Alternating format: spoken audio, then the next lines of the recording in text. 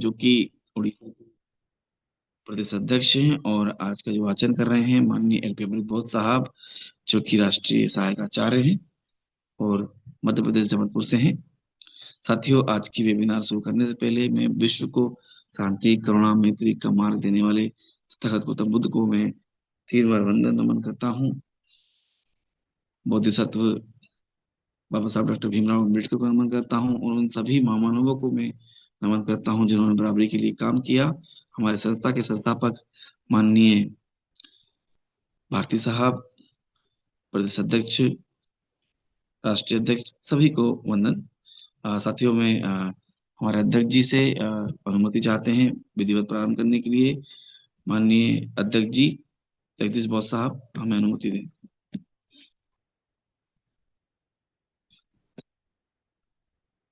माननीय जगदीश बोस साहब। हाँ, आवाज आ रहा है। जी जी सर, आ रही है। महाकारुण्य की तथागत समृद्ध समृद्ध भारत रत्न बाबा साहेब भीमराव अम्बेडकर तथा भारत में जन्मे बहुजन महापुरुष महेश महिला को जो अपने आप को समाज के लिए कुर्बान किया और हमें उद्धार किया, सभी को कोटि कोटि नमन। हमारे संस्थापक जी, राष्ट्रीय अध्यक्ष, उपाध्यक्ष, मुख्य महासचिव और 3 कोऑर्डिनेटर तथा सभी राष्ट्रीय पदाधिकारी और भारत के कोने कोने में जुड़े हुए राज्य पदाधिकारी गणों को नमो बुद्धाय जय भीम प्रेषित करता हूँ। मैं जगदीश बौद्ध, उड़ीसा राज्य अध्यक्ष के रूप में पहली बार आज का ये मीटिंग में अध्यक्षता करने जा रहा हूँ। मुझे ये मौका आरबीएम ने दिया है, तो इसीलिए मैं संस्थापक और पदाधिकारी गणों को आभारी हूँ। कल हमारा उड़ीसा में एक पर्व नवान्न नुआखाई का एक महान कृषि पर्व पालन होने जा रहा है। इसी अवसर पर मैं सभी साथियों को नुआखाई जोहार प्रेषित करता हूँ। बुद्ध एंड हिज धम्म जो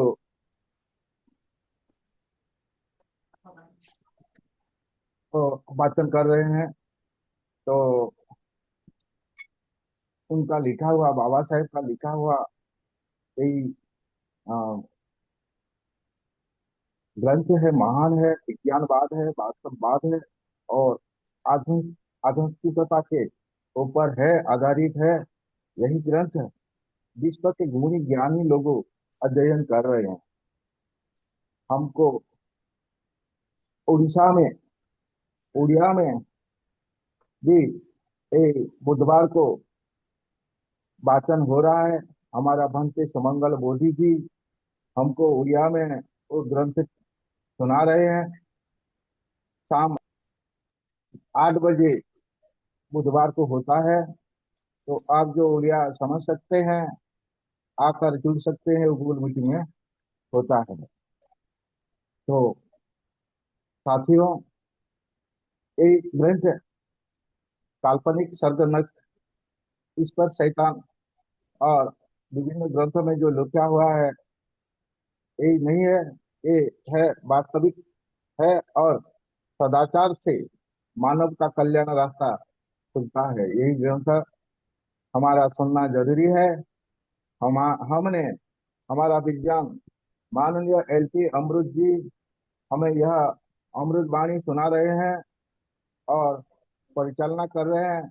अशोक बोस जी मध्य प्रदेश से, तो मैं उनको रिक्वेस्ट करता हूँ, अशोक बोस जी वो आगे का कार्रवाई करें। बहुत बहुत धन्यवाद, आभार सर। हमें आप अनुमति मिल गई है, और हम माननीय एल पी अमृतबोध साहब को पवित्र ग्रंथ बुद्ध और उनका धर्म के वाचन के लिए आमंत्रित करते हैं। माननीय एल पी अमृतबोध साहब।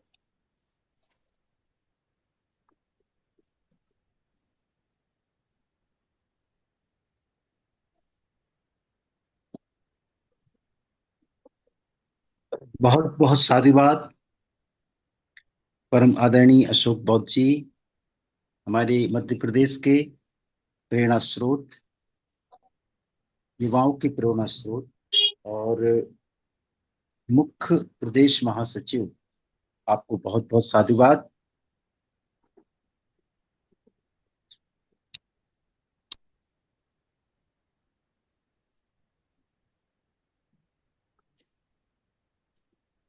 महाकारुणिक सम्यक संबुद्ध बोधिसत्व विश्वरत्न डॉक्टर बाबा साहब अम्बेडकर के साथ बहुजन समाज में जन्मे सभी महापुरुषों को मैं सादर विनम्र होकर नमन करता हूं। हमारी संस्था के संस्थापक जी, राष्ट्रीय आचार्य जी, राष्ट्रीय उपाध्यक्ष जी, राष्ट्रीय समन्वयक जी, सभी प्रदेश अध्यक्ष जी और जिले से लेके मंडल से लेके सभी आदरणीय सम्माननीय पदाधिकारीगण, हमारी उपासिका विंग की सुषमा बौद्ध जी के साथ उनकी पूरी टीम, पूरे भारत की हमारी उपासिका बहनें, हमारी युवा शक्ति डीएसएस के साथ पूरी युवा शक्ति, हमारी बेटे बेटियां, आप सबको मैं इस बुधवार आप सबका अभिनंदन करता हूं, आप सबका स्वागत करता हूं। और प्रेरणा और प्रयासों की प्रयोगशाला राष्ट्रीय बौद्ध महासभा तथागत बुद्ध और उनके धम्म के वाचन की धम्मशाला में आपका अभिनंदन है। मुझे वाचन की अनुमति मिल गई है। वाचन के पहले मैं हमारे आज के इस वाचन श्रृंखला की अध्यक्षता कर रहे हैं परम आदरणीय जगदीश बौद्ध साहब, जो हमारे राष्ट्रीय महासचिव भी हैं और अभी उन्होंने वर्तमान में उड़ीसा प्रदेश के अध्यक्ष के रूप में कमान संभाली है। मैं उनको और उनकी पूरी टीम को मंगल कामना देता हूं कि आप तथागत बुद्ध के इस कारवां को, राष्ट्रीय बौद्ध महासभा के इस कारवां को आगे बढ़ाते रहेंगे। आप सबको मंगल कामनाएं हैं।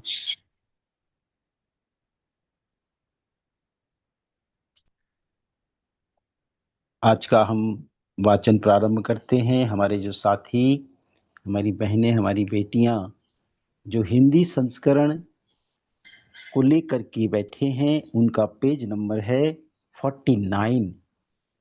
और हमारे जो साथी बोधिसत्व विश्व रत्न डॉक्टर बाबा साहब अम्बेडकर के द्वारा इंग्लिश में लिखा संस्करण है, उसका पेज नंबर है 54।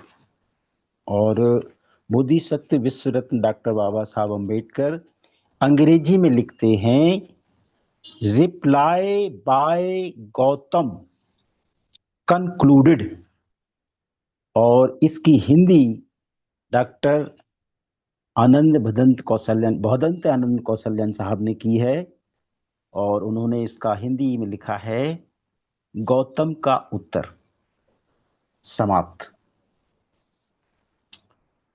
तो इस जूम में जुड़े हुए सभी सम्माननीय हमारी बहनें, हमारी बेटे बेटियां, साथी लोग, हमने पिछले वाचन में पढ़ा था कि परिव्राजक सिद्धार्थ गौतम कपिलवस्तु से राजगृह आ गए और जब वो राजगृह में एक जगह रहने लगे तो राजगृह में वहाँ के जो राजा बिंबिसार जी उनसे मिलने आए और मिल करके उन्होंने उनको एडवाइस किया, परामर्श दिया। परामर्श सुनने के बाद परिव्राजक सिद्धार्थ गौतम ने राजा बिंबिसार को अपना उत्तर दिया। तो उत्तर आज जो है वाचन में वह उत्तर पूरा होगा जो परिव्राजक सिद्धार्थ गौतम ने राजा बिंबिसार जी को दिया है। और उन्होंने क्या समझाया? उन्होंने समझाया कि आप अर्थ में ध्यान दीजिए, आप धर्म में ध्यान दीजिए और आप अपने विरोधियों से विरोध का बदला लीजिए। उनका उत्तर सिद्धार्थ गौतम ने दिया और उन्होंने ये बताया कि संसार के जो काम भोग हैं यह मुझे बहुत परेशान करते हैं। इंद्रियों के जो विषय हैं उनसे मैं इतना डरता हूं, इतना भय रखता हूं कि जितना किसी और चीज से नहीं रखता हूं। और उसी बात को वो आगे बढ़ाते हुए राजा बिंबिसार से कह रहे हैं। आइए वाचन करते हैं। परिव्राजक सिद्धार्थ गौतम राजा बिंबिसार से कह रहे हैं कि मैं संसार के कलहों से आहत हूं, मैं शांति की खोज में हूं। मैं इस दुख का अंत करने के बदले में इस पृथ्वी का राज तो क्या, तीन लोक का राज भी नहीं चाहूंगा। जैसा पिछले वाचन में हमने वाचन किया कि राजा बिंबिसार उनसे कहते हैं कि आप मेरा आधा राज ले लो। उस उत्तर में सिद्धार्थ गौतम उनको कहते हैं कि मैं संसार के कलहों से आहत हूं, मैं शांति की खोज में हूं। मैं इस दुख का अंत करने के बदले इस पृथ्वी का राज तो क्या, तीनों लोक का राज भी नहीं चाहूंगा। और राजन, यह जो आपने कहा है कि धर्म, अर्थ और काम ही मनुष्य के तीन पुरुषार्थ हैं, और आपका यह भी कहना है कि मैं दुख के मार्ग पर हूं, तो आपके तीनों पुरुषार्थ अनित्य हैं और असंतोष कारक हैं।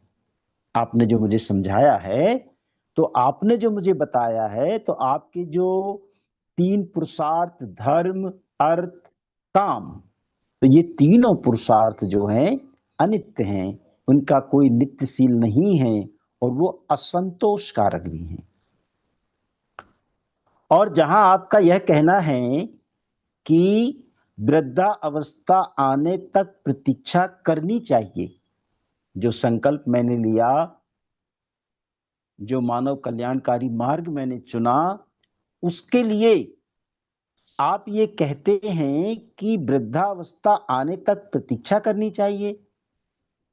उस बात को आगे बढ़ाते हुए परिव्राजक सिद्धार्थ गौतम कहते हैं कि क्योंकि युवा अवस्था का भी ठिकाना नहीं है, तो आपका यह कथन सुनिश्चित नहीं है कि युवा अवस्था में दृढ़ता हो सकती है और वृद्धा अवस्था में दृढ़ता नहीं हो सकती।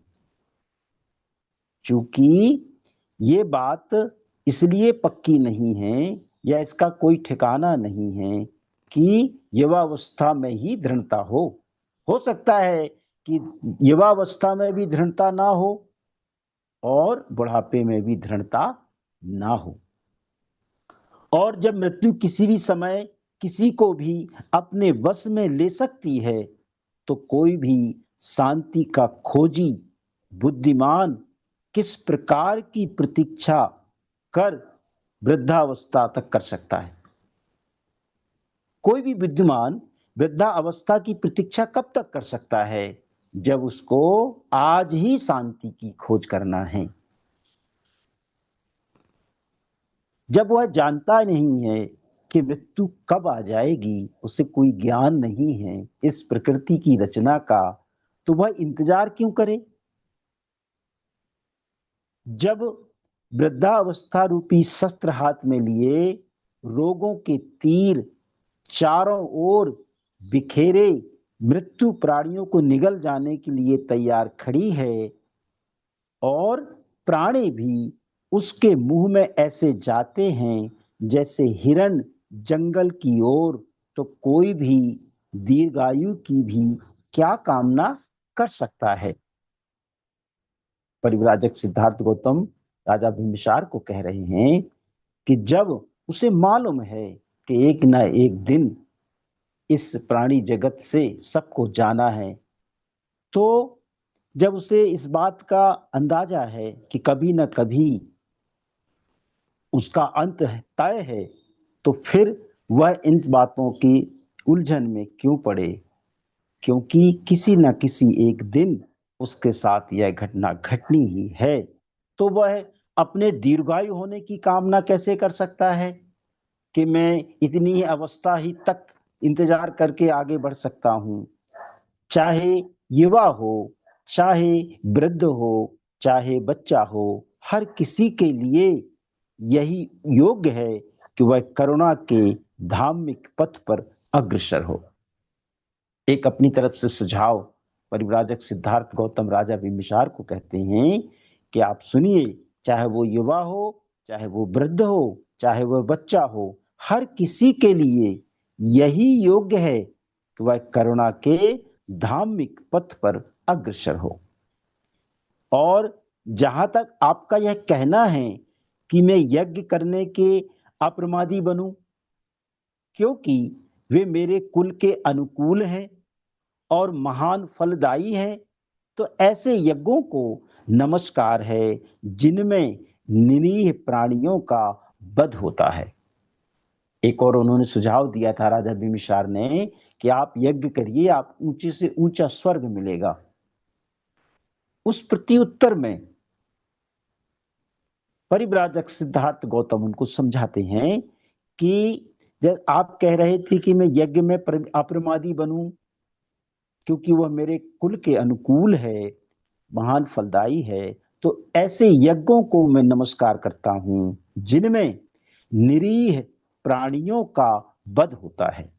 ऐसे यज्ञ मेरे किसी काम के नहीं हैं। किसी भी भावी फल के लिए किसी भी निरीह प्राणी की हत्या करना किसी भी कारुणिक शील संपन्न मनुष्य को योग नहीं है, चाहे फिर वह यज्ञ का फल अनंत कालीन ही क्यों ना हो। ये भी परिव्राजक सिद्धार्थ गौतम राजा से कह रहे हैं कि किसी भावी फल के लिए किसी निरीह प्राणी की हत्या करना किसी भी कारुणिक शील संपन्न मनुष्य के योग्य नहीं है, चाहे फिर वह यज्ञ का फल अंतकालीन ही क्यों ना हो। और यदि यह भी न स्वीकार किया जाए कि आत्म संयम, सदाचार और क्रोध की प्रबल भावना होना ही धर्म का अनुकरण करना है, तो भी याज्ञिक होना ठीक नहीं है। ऐसे यज्ञ से जिससे ना आत्म संयम हो, ना सदाचार हो और ना क्रोध की जो भावना है वो दूर हो, ऐसे ये धर्म का अनुकरण करना भी उचित नहीं है, क्योंकि यज्ञ धर्म के अनुसार ऊंचे से ऊंचा फल पशुओं की हत्या से ही मिल सकता है। जैसा आपने बताया कि मुझे यज्ञ धर्म का जो ऊंचे से ऊंचा फल, ऊंचे से ऊंचा स्वर्ग कब मिलेगा? पशुओं की हत्या करने से मिलेगा। ऐसे धर्म का अनुकरण मैं नहीं कर सकता हूं। दूसरों को दुख देकर इसी जन्म में जो सुख व्यक्ति को प्राप्त होता है, वही जब कारुणिक बुद्धिमान पुरुष के लिए काम नहीं है, तो फिर किसी अदृश्य दूसरे लोक में जो सुख मिलने की बात कही जाती है, उसके बारे में तो कहना ही क्या।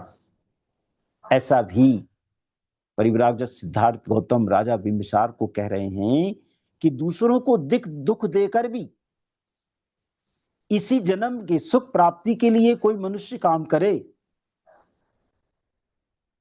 और यह उसके लिए अच्छा काम नहीं होगा। क्यों? और आप तो दूसरे अदृश्य लोक की बात कर रहे हैं, यहां की बात नहीं कर रहे हैं। आप तो दूसरे लोक की बात कर रहे हैं कि दूसरे लोक में आपको सुख मिलेगा, तो उसके बारे में क्या कहना।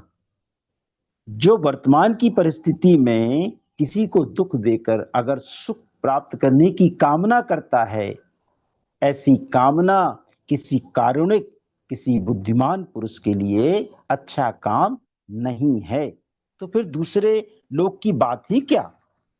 ऐसा सिद्धार्थ गौतम राजा बिंबिसार को कह रहे हैं। मैं अगले जन्म में मिलने वाले किसी भी फल की आशा से कोई कर्म करने में प्रेरित नहीं हो सकता। राजन, मैं अगले जन्म में मिलने वाले किसी भी फल की आशा से कोई काम करने के लिए प्रेरित नहीं हो सकता। मेरे मन को भावी जन्मों की कल्पना में सुख नहीं मिलता है, क्योंकि ऐसे कर्मों की दिशा उसी तरह अनिश्चित और अस्थिर होती है जैसे बादलों से गिरी वर्षा से प्रताड़ित किसी पौधे की दिशा हो। एक उदाहरण राजा बिंबिसार को परिव्राजक सिद्धार्थ गौतम देते हैं कि मैं ऐसे किसी भी अगले जन्म की आशा के लिए कोई काम नहीं करूंगा जो मेरे मन को अच्छा ना लगे, जो मुझे आज सुख ना मिले। और ऐसे कर्मों की जो दिशा है वो अनिश्चित होती है, अस्थिर होती है। एक उदाहरण उन्होंने दिया कि जैसे बादल से जो वर्षा गिरती है और वह वर्षा मेघ बादल जो गिरते हैं वह किसी भी साधारण पौधे की दिशा को बर्बाद कर देते हैं, उसकी ग्रोथ को रोक देते हैं, उसको प्रताड़ित करते हैं। तेज वर्षा उसको प्रताड़ित करती है। उसी प्रकार ऐसे कर्मों का फल होता है। राजा बिंबिसार ने हाथ जोड़कर कहा। जब यह पूरी बात राजा बिंबिसार ने सिद्धार्थ गौतम से सुनी, पूरी सुनने के बाद राजा बिंबिसार ने हाथ जोड़कर परिव्राजक सिद्धार्थ गौतम से कहा, बिना बाधा के आपका उद्देश्य सफल हो। एक मंगल कामना राजा ने सिद्धार्थ गौतम को दी कि आपका उद्देश्य सफल हो। जब भी कभी आप जीवन का उद्देश्य पूरा हो जाए तब फिर इधर पधारने की कृपा करना। और एक निवेदन किया राजा ने, राजा बिंबिसार ने परिव्राजक सिद्धार्थ गौतम से मंगल कामनाएं दी कि आपका उद्देश्य पूरा हो, आप अपने उद्देश्य में सफल हो। और एक निवेदन किया कि जब कभी आपका जीवन उद्देश्य पूरा हो जाए, जो जो दृढ़ संकल्प लेकर आप चले हैं, जो मानव कल्याणकारी मार्ग आपने चुना है, आपका उद्देश्य पूरा हो जाए तब फिर इधर पधारने की कृपा करना। गौतम को फिर अपने राज्य में आने के लिए वचनबद्ध कर अपने दरबारियों के सहित राजा बिंबिसार अपने महल को चले गए। यहां पर परिव्राजक सिद्धार्थ गौतम का उत्तर पूरा होता है जो उन्होंने राजा बिंबिसार को दिया। और यहाँ पर हमारा ये शीर्षक, इसका नाम था कि गौतम का उत्तर, यहाँ समाप्त हो जाता है। आइए अगले शीर्षक की ओर बढ़ते हैं। इस शीर्षक का जो विषय है, शांति का समाचार। जब गौतम राजगृह में एक कुटी बनाकर ठहरे हुए थे, उसी समय 5 दूसरे परिव्राजक भी आए और उन्होंने भी उनके पास ही एक कुटी बना ली। बहुत अच्छी जगह थी, 5 पर्वतों से घिरी हुई जगह थी। पिछले वाचन में हमने पढ़ा उसको। वहीं पर दूसरे 5 परिव्राजक आए और कुटी बनाकर उनके नजदीक ही रहने लगे। इन 5 परिव्राजकों के नाम थे, ये जो 5 परिव्राजक सिद्धार्थ गौतम के निकट कुटी बनाकर जो बस गए थे, उनके नाम थे कुंडिन्य, अश्वजीत, कश्यप, महानाम और भदुक। ये 5 नाम के परिव्राजक, इनका आगे भी चर्चा में इसी तथागत बुद्ध हमारे पवित्र पावन धम्म ग्रंथ में और भी इनके बारे में आएगा लेख। तो ये 5 परिव्राजक हैं, कुंडिन्य, अश्वजीत, कश्यप, महानाम, भदुक। वे भी सिद्धार्थ गौतम के व्यक्तित्व से प्रभावित हुए और सोचने लगे कि इनकी प्रवज्जा का क्या कारण रहा होगा। उनके मन में एक बात आई कि उन्होंने जो सुना आसपास के लोगों से, तो सोचने लगे कि इनकी प्रवज्जा का क्या कारण होगा। राजा बिंबिसार की भांति ही उन्होंने भी इस विषय में प्रश्न किया। जैसा राजा बिंबिसार सिद्धार्थ गौतम को समझाने गए थे, उसी प्रकार ये पूरे 5 परिव्राजक के मन में प्रश्न आया कि ये परिव्राजक कैसे हुए। जब उन्होंने अपने सारी परिस्थितियां समझाई कि उनके परिव्रजित होने का कारण क्या हुआ, क्या बनी, उन्होंने कहा, हाँ मैंने सुना है, लेकिन क्या तुम जानते हो कि आपके चले आने के बाद वहां क्या हुआ? जब वो पांचों परिव्राजक सिद्धार्थ गौतम से मिले, सिद्धार्थ गौतम से उन्होंने पूछा, वही प्रश्न किया कि आपकी प्रवृत्ति का क्या कारण है सिद्धार्थ गौतम? तो सिद्धार्थ गौतम ने उनको बताया कि मेरी प्रवृत्ति का कारण यह है। तब उन्होंने कहा कि हाँ हमने यह सुना है, लेकिन क्या तुम जानते हो कि आपके चले आने के बाद क्या हुआ? ये आगे की बात सिद्धार्थ गौतम से वही पांच परिव्राजक कह रहे हैं कि यह तो हमने सुना है कि आपके साथ ऐसा ऐसा हुआ है, लेकिन आपके चले आने के बाद क्या हुआ आपको पता है? परिव्राजक सिद्धार्थ गौतम का उत्तर था, नहीं, मुझे नहीं मालूम है। तब उन्होंने बताया कि आपके चले आने के बाद कोलियों ने युद्ध ठानने के विरोध में साक्यों में बड़ा आंदोलन छिड़ा। जब आप आ गए तो आपके आने के बाद शाक्य संघ के जो लोग थे, शाक्य जो सदस्य थे, उन सब में एक आंदोलन छिड़ गया कोलियों को युद्ध को लेकर के। ऐसा हुआ वहां वहां का वृतांत, कपिल वस्तु का वृतांत पांचों परिव्राजक सिद्धार्थ गौतम से बता रहे हैं कि वहां क्या हुआ कि वहां पुरुषों ने, महिलाओं ने, बेटों ने, बेटियों ने मिलकर के प्रदर्शन किया, जुलूस निकाला। और वो क्या नारे लगा रहे थे जब जुलूस उनका चल रहा था? तो वो नारे लगा रहे थे कि कोली और साक भाई भाई हैं, कोली और साक भाई भाई हैं, भाई का भाई के विरुद्ध शस्त्र उठाना अनुचित है। तो ऐसे नारे लगा रहे थे कि कोली और साक भाई भाई हैं, भाई का भाई के विरुद्ध शस्त्र उठाना अनुचित है। आपके देश निकालने का, आपके बहिष्कार हो जाने का लोगों को याद दिला रहे थे। वो उनको याद दिला रहे थे जुलूस के साथ साथ कि आपके कपिल वस्तु से जो देश निकाला हुआ है, जो बहिष्कार किया गया है, उसको याद करो। आंदोलन का यह परिणाम हुआ कि शाक्य संघ के लोगों ने एक सभा बुलाई, पुनः अपने निर्णय पर विचार किया, इस बहुमत की कोलियों से समझौता कर लेने के पक्ष में था। इसका परिणाम ये हुआ, जो जुलूस निकला, जो वहां के पुरुषों ने, महिलाओं ने, पूरी जनता ने, जो सिद्धार्थ गौतम के साथ थी, सब ने विरोध किया युद्ध का कि कोलियों के साथ युद्ध नहीं होना चाहिए। उस आंदोलन का यह परिणाम निकला कि शाक्य संघ को एक सभा बुलानी पड़ी, एक निर्णय, जो निर्णय उन्होंने पहले लिया था उस पर विचार करना पड़ा। और इस बार क्या हुआ? इस बार बहुमत ये सिद्ध हुआ कि कोलियों से समझौता कर लेने का पक्ष था। आपके समय बहुमत था कि कोलियों से युद्ध होना चाहिए, लेकिन जब उस निर्णय पर पुनः विचार किया गया तो अब क्या बहुमत निकल के आया? अब यह बहुमत निकल के आया था कि कोलियों से समझौता कर लेना चाहिए, जैसा कि सिद्धार्थ गौतम सोच रहे थे, जैसा कि सिद्धार्थ गौतम ने उस शाक्य संघ के सामने अपना प्रस्ताव रखा था, जिसे सभी लोगों ने अस्वीकार कर दिया था।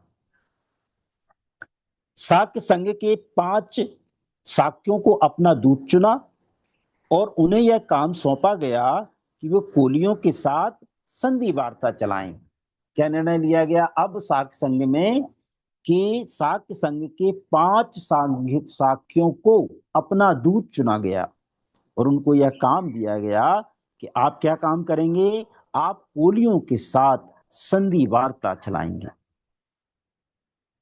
और जब इसका पता कोलियों को लगा तो कोलियों बड़े प्रसन्न हुए, सभी बड़े प्रसन्न हुए। और प्रसन्न होने के बाद उन्होंने भी यही निर्णय स्वीकार किया। जैसा आपका मत था, जैसा आपका विचार था, जैसा आपका प्रस्ताव था, उसी प्रस्ताव को शाक्य संघ के लोगों ने भी माना और कोली संघ के लोगों ने भी माना। उन लोगों ने भी अपने 5 लोगों को चुना और उन 5 लोगों को यह ड्यूटी दी गई, यह काम सौंपा गया कि आपको शाक्यों से संधि वार्ता की बात करनी है। 5 दूत यहाँ के लोग 5 बुद्धिजीवी हो गए, 5 बुद्धिजीवी शाक्य संघ के, 5 बुद्धिजीवी कोली से तरफ से हो गए और दोनों को यह काम दिया गया कि आपको संधि वार्ता की बात चलानी है। दोनों ओर के दूत आपस में मिले और दोनों ने तय किया कि एक स्थायी पंचायत की नियुक्ति की जाए और रोहिणी नदी के जल को लेकर कभी भी यदि कोई भी झगड़ा होता है, कोई विवाद होता है, तो इस पंचायत के सामने ही रखा जाए और पंचायत का निर्णय मान्य किया जाए। 5 शाक्य संघ के बुद्धिजीवी, 5 कोली बुद्धिजीवी वो आपस में मिले। आपस में मिलकर के उन्होंने क्या तय किया कि एक स्थायी पंचायत की नियुक्ति की गई और उस पंचायत ने यह निर्णय लिया कि रोहिणी नदी के जल को लेकर कभी भी यदि कोई भी विवाद होता है, कोई झगड़ा होता है, तो इस पंचायत के सामने ही रखा जाए और पंचायत का निर्णय मान्य किया जाएगा। इस प्रकार युद्ध का खतरा सदा के लिए शांत हो गया है। यह सूचना 5 परिव्राजकों ने सिद्धार्थ गौतम को दी कि आपके जो परिव्राजक होने का कारण था उसका यह समस्या समाधान हुआ है। जो कुछ कपिल वस्तु में हुआ था उनसे गौतम को सूचित करने के बाद परिव्राजकों ने कहा अब आपके लिए परिव्राजक बने रहने की कोई आवश्यकता नहीं है। अब तुम अपने परिवार के लोगों के पास वापस जा सकते हो। पूरा वृतांत कपिल वस्तु का 5 ने सुनाया और 5 ने पूरा वृतांत सुनाने के बाद, सूचना देने के बाद अंत में एक सुझाव भी सिद्धार्थ गौतम को दिया कि अब आपके परिव्राजक बने रहने की कोई आवश्यकता नहीं है। जो आपने वहां प्रस्ताव रखा था वो पास हो चुका है और आपके प्रस्ताव पर ही काम चल रहा है, इसलिए अब आप अपने परिवार के पास वापस जा सकते हो।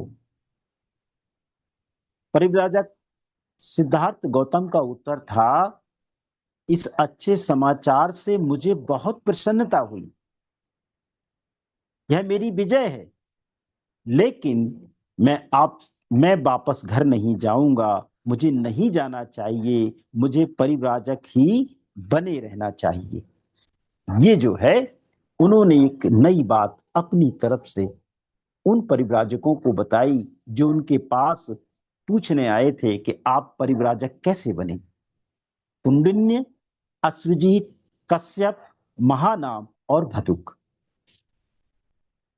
उनसे सिद्धार्थ गौतम ने अपना उत्तर दिया कि आपसे समाचार सुना, मुझे बड़ी प्रसन्नता हुई, यह मेरी विजय है, लेकिन मैं वापस घर नहीं जाऊंगा, मुझे नहीं जाना चाहिए, मुझे परिव्राजक ही बने रहना चाहिए। सिद्धार्थ गौतम ने उन 5 परिव्राजकों से पूछा कि आप लोगों का क्या कार्यक्रम है, आगे आप लोगों का क्या विचार है। जब उनकी बात पूरी हो गई तो सिद्धार्थ गौतम ने अपना उत्तर दिया कि मैं परिव्राजक बने रहना चाहता हूं, आप अपने बारे में बताइए। हमने तपस्या करने का निश्चय किया है, तुम भी क्यों हमारे साथ शामिल नहीं होते। तब सिद्धार्थ गौतम ने कहा कि धीरे धीरे पहले मुझे दूसरे पथों पर, दूसरे रास्तों की परीक्षा करना है। उन्होंने कहा कि आप हमारे साथ हो जाइए, जैसे हम तपस्या कर रहे हैं आप भी कर लीजिए। लेकिन सिद्धार्थ गौतम का उत्तर था कि नहीं, मैं धीरे धीरे उस रास्ते को, उस पथ की परीक्षा करना चाहता हूं जो पीछे जो परंपरागत व्यवस्था है उस व्यवस्था को, उस रास्ते की मैं परीक्षा करना चाहता हूं कि ये सब क्या है। तब पांचों परिव्राजक चले गए। जब सिद्धार्थ गौतम का यह उत्तर सुना तो जो पांचों परिव्राजक थे वह अपने जो कुटी उन्होंने उनके निकट बनाई थी, अपनी कुटी की ओर वापस चले गए। और यहाँ पर जो हमारा शांति का समाचार शीर्षक है पूरा हो जाता है। आइए आगे बढ़ते हैं। छठवां जो हमारा शीर्षक है इस प्रथम खंड के दूसरे भाग का, समस्या की नई पृष्ठभूमि। इसको इसको बोधिसत्व विश्व रत्न डॉक्टर बाबा साहब अम्बेडकर लिखते हैं, the problem in a news perspective, यानी कि समस्या का नया स्वरूप, नया दृश्य, नई पृष्ठभूमि। जो समस्या है सिद्धार्थ गौतम के सामने, उसकी नई पृष्ठभूमि, नया स्वरूप क्या हुआ, आइए उसका वाचन करते हैं। पांच परिव्राजकों द्वारा लाए गए इस अच्छे समाचार ने कि शाक्यों और कोलियों में युद्ध होना रुक गया है, सिद्धार्थ गौतम को बड़ा बेचैनी हुई। जब उन्होंने यह सुना कि ऐसी बात है तो सिद्धार्थ गौतम को बड़ी बेचैनी हुई। इस सूचना ने उनको व्याकुल कर दिया, अशांत कर दिया। अकेले होने पर भी सिद्धार्थ गौतम बड़ी गंभीरता से सोचने लगे कि क्या अब भी परिव्राजक बने रहने का उनके लिए कोई उचित कारण रह गया है। जब पांचों परिव्राजक जो उनसे मिलने आए थे, राजा बिंबिसार जो उन्हें मिलने आए थे, वो सब वापस हो गए। राजकुमार परिव्राजक सिद्धार्थ गौतम अब अकेले हैं अपनी कुटिया में। और उस कुटिया में जब उनको ये सूचना मिली तो इस सूचना ने उनको बेचैन कर दिया, व्याकुल कर दिया, अशांत कर दिया। जब उनको व्याकुल कर दिया, अशांत कर दिया, तो उन्होंने अपने आप से 5 प्रश्न किए। परिव्राजक सिद्धार्थ गौतम अपने आप से 5 प्रश्न कर रहे हैं। पहला प्रश्न उन्होंने क्या किया, क्या अब भी मेरे परिव्राजक बने रहने का कोई उचित कारण रह गया है। परिव्राजक सिद्धार्थ अपने आप से प्रश्न कर रहे हैं, वह क्या अपने लोगों को छोड़कर आया था? क्या इसी वजह से मैं अपने लोगों को छोड़कर आया था? उन्होंने यह दूसरा प्रश्न किया अपने आप से। क्या इसीलिए मैंने गृह त्याग किया था क्योंकि वह युद्ध के विरोधी थे? अपने आप से सिद्धार्थ गौतम प्रश्न कर रहे हैं कि क्या मेरे परिव्राजक रहने का अब कोई उचित कारण बचा है? क्या इसी वजह से मैंने अपने लोगों को छोड़कर मैं यहां आया हूं और इसीलिए मैंने गृह त्याग किया है? अब जबकि युद्ध समाप्त हो गया है, तब भी क्या मेरे लिए कोई समस्या शेष रह गई है? ये चौथा प्रश्न उन्होंने किया अपने आप से कि अब भी कोई समस्या शेष रह गई है। युद्ध की बात तो टल गई, युद्ध तो हो गई नहीं, जैसा मैं चाह रहा था निर्णय हो गया है कि सदा के लिए किसी प्रकार का रोहिणी के जल को लेकर कभी कोई विवाद, युद्ध नहीं होगा। तो अब मेरी समस्या क्या बची? ऐसा 5 प्रश्नों को लेकर सिद्धार्थ गौतम ऊहापोह में हैं, व्याकुल हैं, अशांत हैं कि क्या मेरे परिव्राजक रहने का कोई उचित कारण बचा है? क्या इसी वजह से मैंने अपने लोगों को छोड़कर के मैं आया था? क्या इसीलिए मैंने गृह त्याग किया था? क्या मैं युद्ध का विरोधी? और अब जब युद्ध समाप्त हो गया है, तब भी क्या मेरे लिए कोई समस्या शेष रह गई है? क्या युद्ध की समाप्ति के साथ साथ मेरी समस्या भी समाप्त हो गई है? ये 5वां प्रश्न सिद्धार्थ गौतम ने अपने आप से किया कि क्या युद्ध की समाप्ति के साथ साथ मेरी समस्या भी समाप्त हो गई है? इन 5 प्रश्नों का उत्तर लेकर के सिद्धार्थ गौतम अशांत हैं और गहराई से सोचने पर उन्हें उत्तर मिला नहीं। जब उन्होंने गहराई से इन 5 प्रश्नों को सोचा, गंभीरता से, गहराई से जब उन्हें विचार किया, तो उन्हें उत्तर यह मिला कि नहीं, युद्ध की समस्या अनिवार्य तौर पर विरोध की समस्या है। यह एक बड़ी समस्या का एक अंग मात्र है। उन्होंने यह डिसीजन लिया कि यह कोई बड़ी समस्या नहीं है। युद्ध समस्या का एक अंग है। इससे भी बड़ी समस्याएं हैं जिनका विचार सिद्धार्थ गौतम अपने भीतर कर रहे हैं। यह विरोध न केवल जातियों और राजाओं में ही विद्यमान है, यह विरोध, यह संघर्ष विद्यमान है क्षत्रियों में, ब्राह्मणों में, गृहस्थों में, माता और पुत्र में, पुत्र और मां में, पिता और पुत्र में, बहन और भाई में, और साथी और साथी में। यह विरोध, यह संघर्ष केवल यहां नहीं है, ये कहां तक विद्यमान है उसके बारे में सिद्धार्थ गौतम सोच रहे हैं कि ये सब जगह सर्वव्यापी है। यह संघर्ष, यह विरोध माता और पुत्र में है, पुत्र और मां में है, पिता और पुत्र में है, भाई और बहन में है, बहन और भाई में है, साथी और साथी में है। तो इस संघर्ष और विरोध के बारे में सिद्धार्थ गौतम सोच रहे हैं। जातियों में जो संघर्ष होता है वो तो कभी कभी होता है, लेकिन वर्गों के बीच जो संघर्ष होता है वह स्थायी है और लगातार जारी है। संसार में कष्टों और दुख के मूल में क्या वर्ग संघर्ष ही है? ऐसा सिद्धार्थ गौतम विचार कर रहे हैं।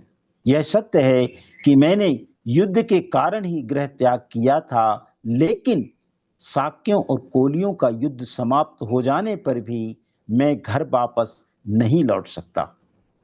एक निर्णय, एक दृढ़ संकल्प सिद्धार्थ गौतम ने लिया कि ठीक है, मैंने जो 5 प्रश्नों को विचार किया, उत्तर मिला कि नहीं, और चूंकि मैंने अब गृह त्याग कर दिया है, तो अब यह बात नहीं है कि युद्ध समाप्त होने पर मैं वापस लौट जाऊं। मैं घर वापस नहीं लौट सकता। मैं देखता हूं कि मेरी समस्या ने व्यापक रूप धारण कर लिया है। यहां पर मुझे हमारे राष्ट्रीय आचार्य जी की याद आती है।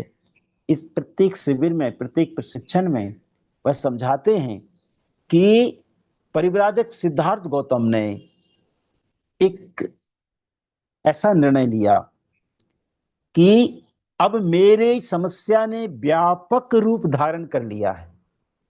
अब मेरी समस्या कपिल वस्तु की समस्या नहीं रह गई। अब मेरी समस्या पूरे समाज की समस्या बन गई है, पूरे विश्व की समस्या बन गई है। इसीलिए मेरी समस्या ने व्यापक रूप धारण कर लिया है। मुझे उस सामाजिक संघर्ष की समस्या का हल खोज निकालना है। जो संघर्ष, जो विरोध भाई भाई में है, बेटे और मां में है, पिता और पुत्र में है, बहन और भाई में है, आपस में है, साथी साथी में है, इस संघर्ष का निराकरण, सामाजिक संघर्ष की समस्या का हल मुझे खोज निकालना है। अब मेरी समस्या ने व्यापक रूप धारण कर लिया है। पुराने परंपरागत दर्शनों के पास इस सामाजिक संघर्ष की समस्या का हल है या नहीं है, और यदि हल है तो कहां तक है, यह भी मैं जानना चाहूंगा। कि जो पुरानी परंपरागत दर्शन हैं, उनसे सीखकर, उनसे जानकर, उनसे समझकर मैं इस सामाजिक संघर्ष की समस्या का हल ढूंढूंगा कि ये हल है कि नहीं है, और यदि ये हल है तो कहां तक हल है। उस हल के बारे में मैं विचार करूंगा, उसकी खोज करूंगा। उस हल के लिए मैं घर वापस नहीं लौटूंगा, और उस हल के खोज के लिए मैं यहीं रहूंगा। क्या हम इन सामाजिक दर्शनों में से किसी एक को भी सही मान सकते हैं? ये भी उन्होंने अपने आप से प्रश्न किया कि ये जो सामाजिक दर्शन हमारे सामने हैं, जिनके बारे में हम पढ़ते हैं, सोचते हैं, क्या इनमें कोई सही मान सकते हैं? क्या हम इन सामाजिक दर्शनों को क्या सही मान सकते हैं? ऐसा प्रश्न उन्होंने अपने आप से किया। परिव्राजक सिद्धार्थ गौतम ने हर परंपरा का, हर मत का स्वयं परीक्षण करने का निश्चय किया। उन्होंने यह भी निर्णय लिया, यह तय किया कि मैं प्रत्येक समस्या का, प्रत्येक परंपरा का, प्रत्येक मत का, हर मत का, हर परंपरा का स्वयं परीक्षण करूंगा। स्वयं परीक्षण करने का उन्होंने निश्चय किया और तय किया कि मैं घर वापस नहीं जाऊंगा। मेरी समस्या ने व्यापक रूप धारण कर लिया है। अब मेरी समस्या कपिल वस्तु की समस्या नहीं है, अब मेरी समस्या पूरे विश्व की समस्या बन गई है। सामाजिक संघर्ष जो मेरी समस्या है, उसका हल मुझे खोजना है, उसके हल के समाधान के लिए मुझे काम करना है, आगे बढ़ना है, और उसकी बारीकी को जानने के लिए मुझे स्वयं परीक्षण करना होगा। और उस स्वयं परीक्षण करने का निश्चय परिराजक सिद्धार्थ गौतम ने लिया। अपने आप को दृढ़ संकल्पित करते हुए उन्होंने ये सब तय किया, और इस तय के साथ ही, उनके इस दृढ़ दृढ़ संकल्प के साथ ही यहाँ हमारा वाचन जो है पूरा होता है। प्रथम खंड का जो दूसरा भाग है यहाँ पर पूर्ण हो जाता है। आगामी जो तीसरा भाग है, हम अगले बुधवार को इसका वाचन करेंगे। नए प्रकाश की खोज यहाँ से शुरू हो जाएगी। यहाँ तक परिव्राजक सिद्धार्थ गौतम का जो विकास है, जो उन्होंने अपने आप को दृढ़ संकल्पित करके आगे दृढ़ निश्चय किया, उसको बोधिसत्व विश्वरत्न डॉक्टर बाबा साहब अम्बेडकर अंग्रेजी में लिखते हैं कि he was determined to examine everything for himself. He was determined to examine everything for himself. मैं स्वयं इन सब बातों की जांच करूंगा, परीक्षण करूंगा, प्रत्येक सोच की जांच करूंगा कि ये ऐसा सब कुछ क्यों है। यहाँ पर बोधिसत्व विश्वरत्न डॉक्टर बाबा साहब अम्बेडकर ने ये विशेष बात लिखी है कि उन्होंने यह सब जो अब हमने वाचन किया है, अश्वघोषकृत बुद्ध चरित सर्ग से लिया है।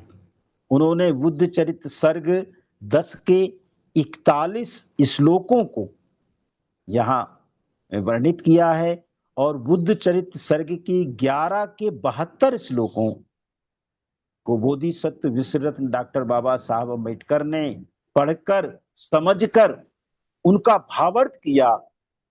संस्कृत से हिंदी और हिंदी से इंग्लिश में लिख करके यह पवित्र पावन ग्रंथ हमारे सामने रखा, तथागत बुद्ध और उनका धम्म।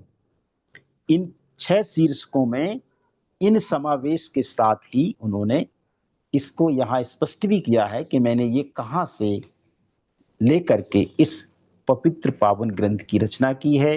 आप सबने मुझे सुना। आप सबको बहुत बहुत बहुत बहुत साधुवाद करते हुए आपने यह कीमती समय मुझे दिया। मैं पुनः आप सबको धन्यवाद करता हूँ और यहाँ वाचन को संपन्न करता हूँ। सादर नमो बुद्धाय। जय भीम, जय बुद्ध और उनका धम्म, जय संविधान, जय भारत। बहुत बहुत आभार, बहुत बहुत साधुवाद माननीय एलपी अमृत साहब।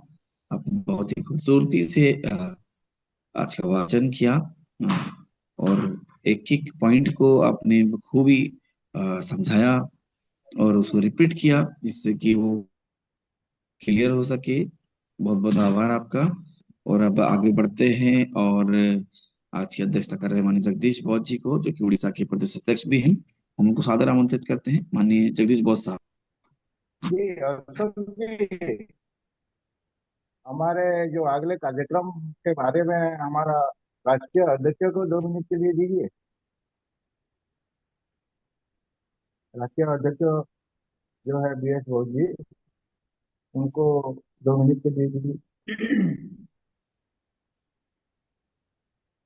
सभी महानुभावों को मैं नमन करता हूं, और सभी हमारे सम्मानित पदाधिकारीगण और के वचनकर्ता सहायक राष्ट्रीय आचार्य माननीय एलपी बोस साहब, और संचालन कर रहे और अध्यक्षता कर रहे आदरणीय जगदीश बोस साहब।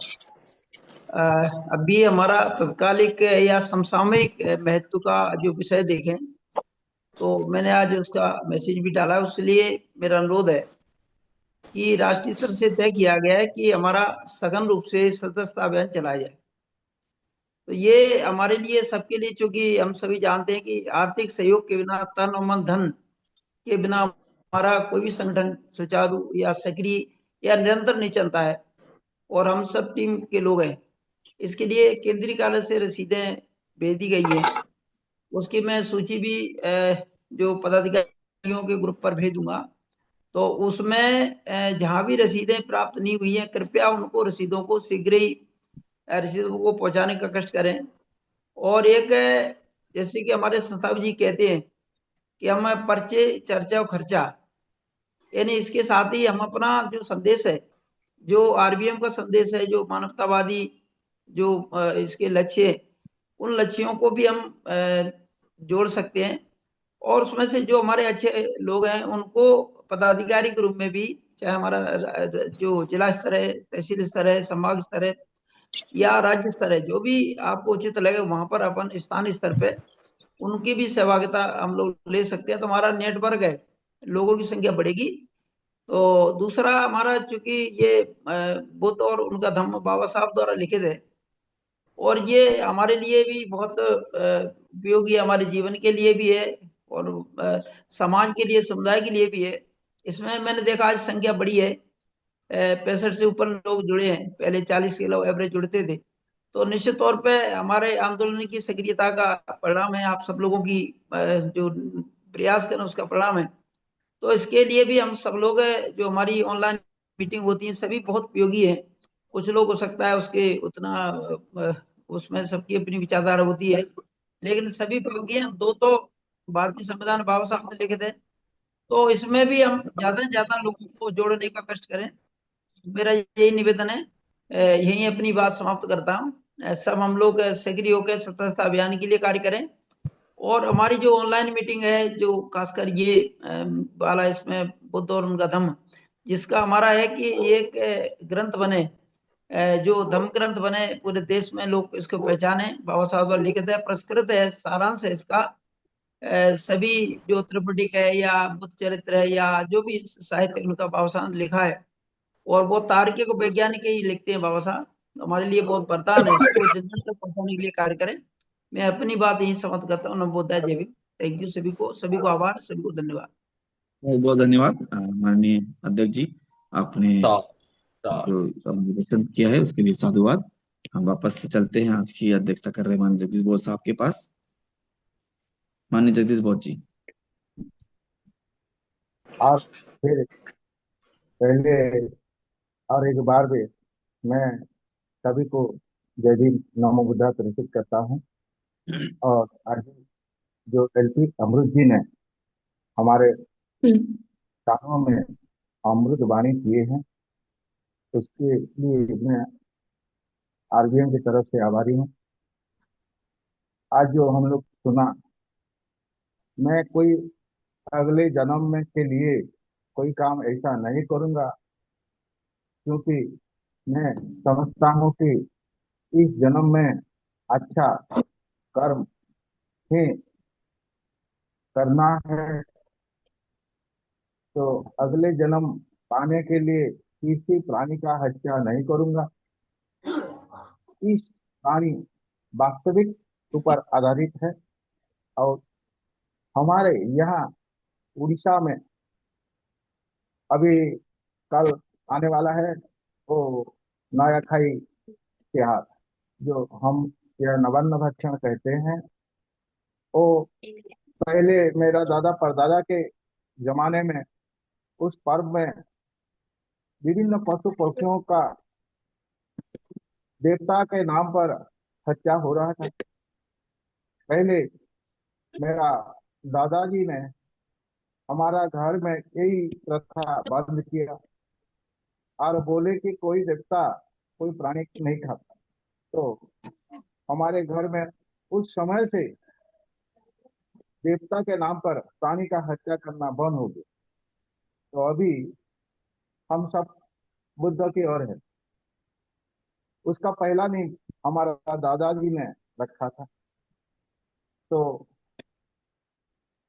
अभी तो टाइम हो रहा है, और तो हमने जो 5 प्रश्न सिद्धार्थ के लिए, सिद्धार्थ जो युद्ध हो रहा पोलियो और साक्ष्यों के वह जो युद्ध कर रहे थे, तो उनका आंखों खोल दिया। और युद्ध जो एक समस्या का अंश है, परिव्राजक सिद्धार्थ वो सोचते हैं कि मेरी समस्या कपिल वस्तु का नहीं है, मेरी समस्या सारा विश्व की है। तो सारा विश्व को हम जोड़ेंगे और सारा विश्व को शांति का बात करते हैं। बहुत बहुत साधुवाद अमृत जी। हम लोग आपका अमृत वाणी सुना और सभी लोग आए, और यही वाचन धीरे धीरे बढ़ रहा है। सुबह से वो होने के लिए जल्दी लोग नहीं उठते, लेकिन आप लोग जल्दी उठ के ये वाणी सुनने के लिए मैं सभी को धन्यवाद करता हूँ और मेरी वाणी को विराम करता हूँ। हम बुद्धा है। जय हिंद। साधु साधु, बहुत बहुत धन्यवाद। आपने भी अपना अध्यक्ष उद्बोधन रखा उसको, आज अध्यक्ष उद्बोधन के लिए जुड़े, आपका बहुत बहुत आभार। साथियों, एक सूचना भी दे देते हैं मध्य प्रदेश के साथियों को कि मध्य प्रदेश भोपाल में, राजधानी भोपाल में 13 तारीख को माननीय संस्थापक महोदय धर्म प्रकाश भारती साहब पधार रहे हैं प्रशिक्षण के लिए, और 14 तारीख को जबलपुर में। तो जो भोपाल में 13 तारीख को आ रहे हैं, उसमें भोपाल संभाग, होशंगाबाद, इंदौर और उज्जैन संभाग के सभी साथी इसको नोट कर लें कि उनको अपने अपने क्षेत्र से जो भी पदाधिकारी हैं, समर्थक हैं अम्बेडकरवादियों को इस प्रशिक्षण शिविर में लाना है। और जबलपुर के जो संभाग हैं, उसमें जो भी लगे हुए संभाग हैं, वहां से सभी लोग जरूर उसमें पहुंचे। और आज की वार्ता को यही समाप्त करते हुए सभी से निवेदन है कि हाथ जोड़ के बैठ जाएं, हम लोग सभ्य सत्ता करके समापन करेंगे। सभ्य सत्ता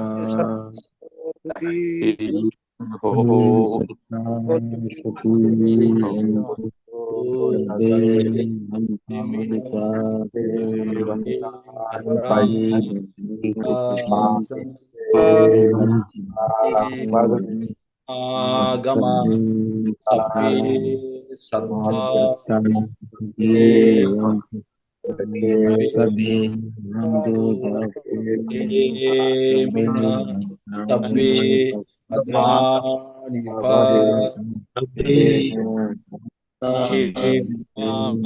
गमा सभ्य हंतु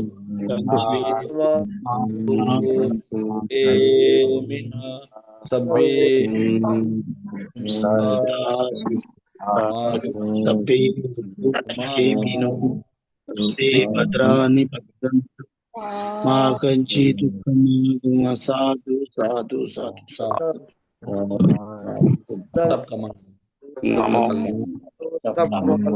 सबको जय भीम, नमो बुद्धाय, हैव अ गुड डे।